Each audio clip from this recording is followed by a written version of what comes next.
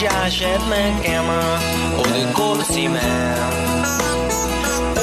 ਉਹਦਾ ਕਮਰਾ ਦੁਖਾ ਲਿਆ ਹੈ ਨੀ ਇਹ ਅੱਛੀ ਨੋਰਵੀਜਨ ਲੱਕੜੀ ਉਹਦੇ ਕਿਆ ਰਹਿਣਾ ਤਾਂ ਮੈਂ ਜਾ ਜਿੱਥੇ ਵੀ ਤੇਰੀ ਮਰਜ਼ੀ ਮੈਂ ਆਲੇ ਦੁਆਲੇ ਦੇਖਿਆ ਕੋਈ ਉੱਥੇ ਕੋਸੀ ਨਹੀਂ ਸੀ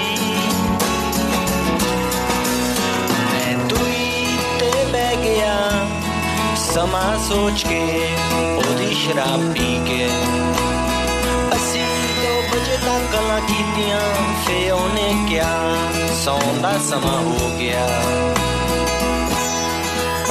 Ramón Lobo, buenos días. Muy buenos días, ¿qué tal? He estado en Barcelona, creo. Sí. Hasta ayer. Hasta ayer, sí. ¿Solucionando aquello o...? No, aquello ya está solucionado. Está en marcha. No, está en marcha, sí. No, hay un cambio de clima. Yo voy mucho a un bar. Que está ya estamos con las fuentes solventes. No, el bar es fundamental. Es un bar que es una temperatura bastante acertada de lo que está pasando. Y en los más independentistas hay una cierta depresión, confusión. Bueno, vamos a ver si todas las partes son inteligentes y saben aprovechar el momento. Luego te vas a Italia a explicar el proceso a los italianos. No, me voy al revés. Me voy a Viena con un italiano que vive en Barcelona a explicar el proceso a, supongo que austriacos y alemanes, pero en inglés. Entonces me estoy preparando un PowerPoint. Se van a enterar. Sí, no, van a descubrir que hay un tercer tipo de español. Ya sabes que hay 2 tipos de españoles, los que no saben inglés y los que llevan estudiando toda la vida inglés. Bueno, pues van a conocer el tercer tipo, que es un español de madre inglesa que habla el inglés como lo hablo yo. This is my destiny, only child. Come on and rescue me. Teníamos hoy un programa diferente pensado tú y yo, pero lo hemos cambiado al ver que ha muerto el capo di capi, Salvatore Totò Riina, el viernes pasado de un cáncer terminal que se llevó la vida de ese famoso jefe de la Cosa Nostra, culpable del asesinato de más de un centenar de fiscales y de policías italianos. Riina sembró el terror durante casi 2 décadas en Sicilia. Sí, un campesino casi analfabeto se consiguió convertir en el jefe absoluto de la mafia, derrotando a la aristocracia, a la vieja aristocracia de la mafia, en una guerra que costó 1.700 muertos, 1.500 muertos. Él tiene en su haber 150 muertos, de los cuales 40 los mató él mismo. ¿Y seguía moviendo hilos desde la cárcel? Sí, seguía siendo el jefe. De hecho, ahora tendrán que nombrar un jefe de la mafia, porque él ha sido, y parece ser que se ha mantenido un cierto control desde la cárcel.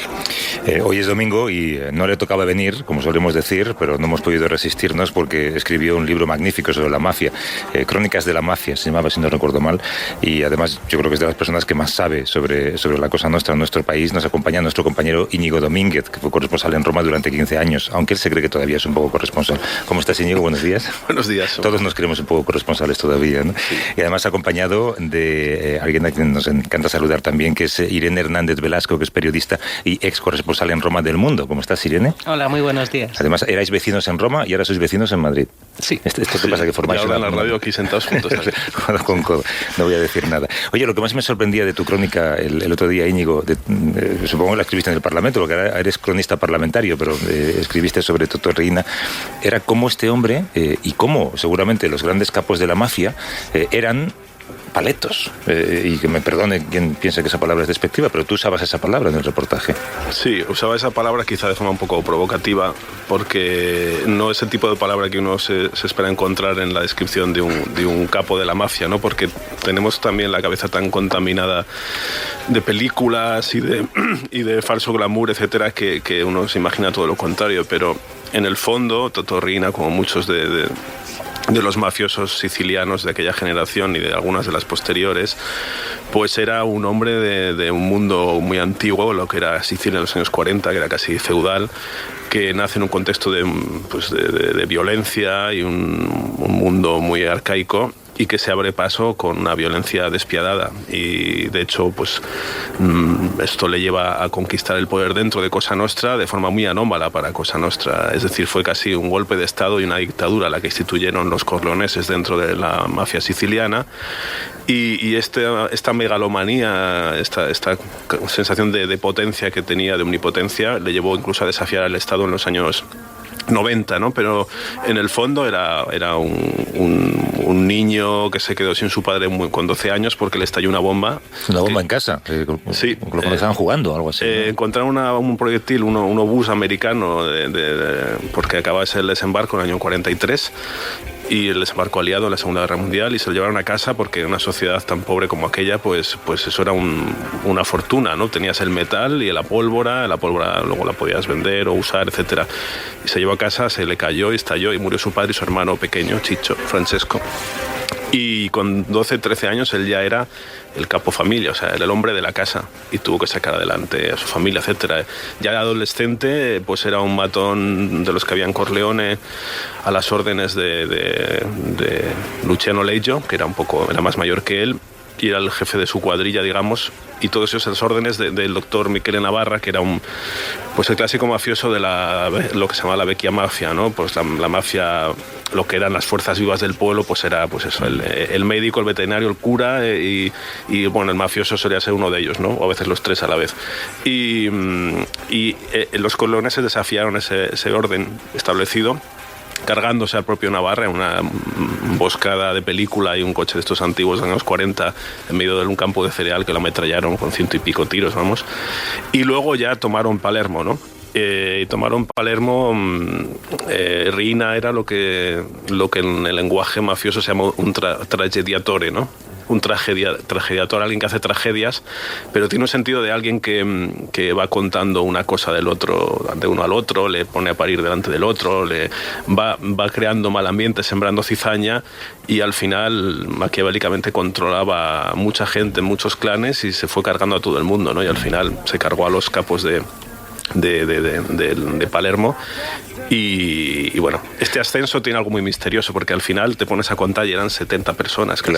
Claro. Y bueno, en Italia hay muchas teorías, pero bueno, una teoría es que el poder político, que siempre ha estado muy mezclado con la mafia, los utilizó como mano de obra, digamos, como mercenarios, para cargarse a la vieja mafia, que sabía demasiadas cosas de ellos, ¿no? La vieja mafia frente a la nueva mafia. Eso es, sabía muchas cosas del poder político, de sus complicidades, de sus responsabilidades, de su dinero, de sus trapos sucios, etcétera, y dijeron, bueno, vamos a utilizar estos para cargarnos a los otros, ¿no? Irene, ¿hay rasgos particulares en la personalidad de este hombre que le distingan del resto del mafioso que tenemos en la cabeza, el mafioso de traje de corte italiano, digamos? Sí, a mí me gustaría a lo mejor incidir un poco, subrayar de nuevo lo que decía Íñigo, ¿no? No es solo también, además, que fuera gente con una cultura muy limitada y en fin, semianalfabetos, sino que además vivían de forma muy salvaje también, ¿no? Quiero decir, por ejemplo, cuando al sucesor de Totò Riina, Provenzano, lo encuentran finalmente en un covo, en el refugio donde durante años había estado escapando de la justicia, se descubre que vive en unas condiciones ínfimas, ¿no? En unos metros cuadrados, un lugar pequeñísimo en medio de la nada, sin apenas ningún lujo, ¿no? O sea, quiero decir que es gente muy, muy salvaje también en su forma de vida, ¿no? Y bueno, supongo que, no lo sé si habrá cambiado o no, el sucesor bueno, primero Totò Riina, luego Provenzano y luego Messina Denaro, del que no se sabe también su paradero desde hace un montón de tiempo, pero que se sospecha que obviamente, porque es una mafia muy territorial, seguirá por Sicilia en algún lado, pues probablemente viva en las mismas condiciones, ¿no? En un sitio, en fin, bastante infernal, apenas sin ningún tipo de el más mínimo lujo, incluso sin electricidad, sin agua. Esa es la paradoja, que todos imaginamos que tiene una vida millonaria y al final tiene una vida de mierda. Claro, entonces, a lo mejor es por comparación con la mafia neoyorquina, ¿no? Claro, ¿por qué te haces mafioso? ¿No? Ese es un problema, ¿no? La imagen que tenemos en las películas es los estereotipos de la mafia italoamericana, que son completamente distintos de los sicilianos, pero sí, o sea, un capo mafioso en Sicilia acaba o muerto o detenido o en uno de estos agujeros hasta que están o bajo tierra o escondrijos o en una cabaña hasta que la policía los encuentra. O sea que ya saben que su vida va a ser así. Eso es lo increíble, que aún así piensan que es la mejor vida posible, ¿no? Unas cosas que contabas en tu libro es que a la mafia le gusta mucho El Padrino, porque de alguna forma... Película. Sí, la película. Y además en unas escenas del Padrino es el asesinato de Navarro. Bueno, y en Los Soprano estaban constantemente haciendo referencia. En cambio no les gusta tanto otro tipo de cine como uno de los nuestros, porque decías que en uno, de alguna forma, es la mafia, muestra la mafia que ellos les gustaría llegar a ser, con glamour, y la otra les muestra cómo son, unos asesinos. Sí, de hecho, uno de los grandes arrepentidos, Tommaso Buscetta, el primero de la mafia siciliana, le preguntaron qué película representaba mejor la mafia, y él citó una escena de uno de los nuestros, que es esa escena que todos recordaréis, que está Joe Pesci completamente enloquecido en un bar, y Ray Liotta cuenta una cosa graciosa suya, ¿no? Y le dice, ¿te estás riendo de mí? Y hay unos momentos de tensión en el que parece que se está enfadando y le va a pegar un tiro allí mismo, ¿no? Y en el último momento dice, pero no, que es broma, y se mueren de risa. Siendo Joe Pesci un tipo de 1,60 y Ray Liotta uno de 1,90. Bueno, Reina medía por ahí, unos 57, era ¿no? un corto encima, o sea, era bajito, ¿no? Pero sí, la estilización de la mafia que hizo El Padrino fue clave en la historia de la mafia. Bueno, si miras la base de datos, está ahí en de internet, ¿no? Hay como 2.000 películas de la mafia, pero la mayoría, creo que 1.500, 1.600, son después de 1972, o sea, después del Padrino. Hasta El Padrino hay muchas, pero no tantas. Que ellos imitan las voces y querían parecerse. Y decías que cuando la policía les detenía, en sus casas tenían vídeos del Padrino. Claro, ¿no? Porque les encanta, porque les daba una dimensión épica y les daba un sentido, y sobre todo tenía en Estados Unidos ese solidificar y dar prestigio a una comunidad con sus tradiciones, su origen cultural, su comida, su cosa, ¿no? Y tenía ese valor allí, ¿no? Y claro, la mafia, lo curioso es que intentó parar la película, porque había salido el libro, había tenido mucho éxito, de Mario Puzo, y no querían que se hiciera la película, y de hecho intentaron por todos los medios que no se hiciera, y al final se hizo y les encantó. Pero es conocido Joe Colombo, que era entonces uno de los jefes de las 5 familias de Nueva York, pero que en ese momento nadie lo sabía y pasaba por prohombre, ¿no? Había fundado la Liga de la Italoamericana por los Derechos Civiles, no sé cómo se llamaba, para protestar contra los estereotipos de la mafia y contra el racismo y tal. Y mandó unos matones al productor de la película y le dijeron, la verdad no es el guión, se lo dio. Empezaron a mirar y veían esas cosas de los guiones de fundido, noche, luz, tal. Y, bueno, a ver, no entiendo nada. A ver, yo lo que quiero es que la palabra mafia no salga. Y entonces el productor sabía que solo salía una vez, porque no se usaba en realidad la palabra, pero hizo como que se lo pensaba, no sé qué, dijo, bueno, venga, vale, y tal, como si fuera una concesión increíble, pero en realidad daba igual. Ellos se fueron tan contentos, y esa es la razón por la que el Padrino no sale la palabra mafia, que de hecho es una pregunta de trivia, ¿no? Luego ya en la tercera parte creo que sale.